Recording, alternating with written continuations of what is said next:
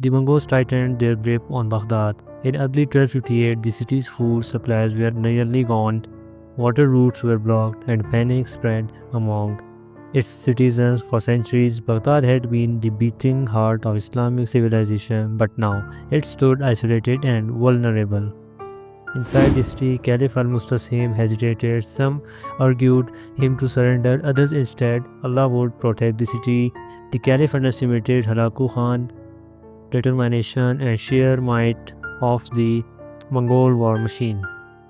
Meanwhile, Halaku Khan's army, over 100,000 strong, waited outside. Siege engines hurled massive stones, fireballs, and arrows at Baghdad's walls raised, and night the thunder of war never ceased. After weeks of bombardments, the walls finally gave way on February 10, 1258. The Mongols stormed into the Baghdad.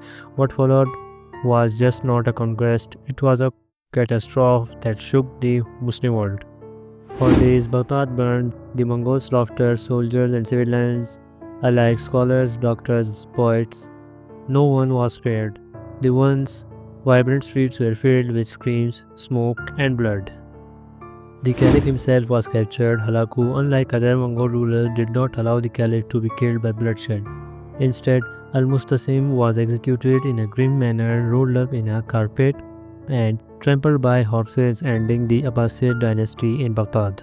The fall of Baghdad was more than a political loss. The Mongols destroyed the House of Islam, the great library of Baghdad. Countless manuscripts of science, philosophy, and medicine were thrown into the Tigris River, turning its water black with ink.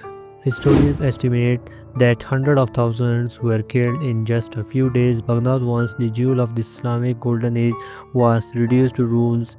Its glory vanished almost overnight. Across the Muslim world, news of Baghdad fall spread like wildfire. People wept, scholars wrote with grief, and many saw it as the end of an era, the end of Abbasid Caliphate authority. But tough, the Abbasids in Baghdad were gone. Islam itself did not fall. New powers would rise in Cairo and beyond to carry the torch of the Caliphate.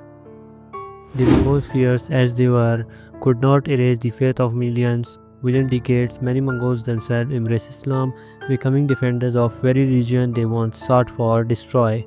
The fall of Baghdad was not the end, but a turning point. From the ashes. New Muslim dynasties emerged, and the story of resistance continued. The destruction of 1258 remains one of the greatest tragedies of Islamic history, a reminder of both human cruelty and the resilience of faith. Baghdad would eventually rise again, rebuilt and repopulated, but its golden age was gone forever. The House of Wisdom was never restored, and the Abbasid Baghdad were no more. And so the story of Abbasid Caliphate ended in blood and fire, but the spirit of Islam endured stronger than any empire. History remembers Baghdad not for its fall, but for the brilliance it once gave the world.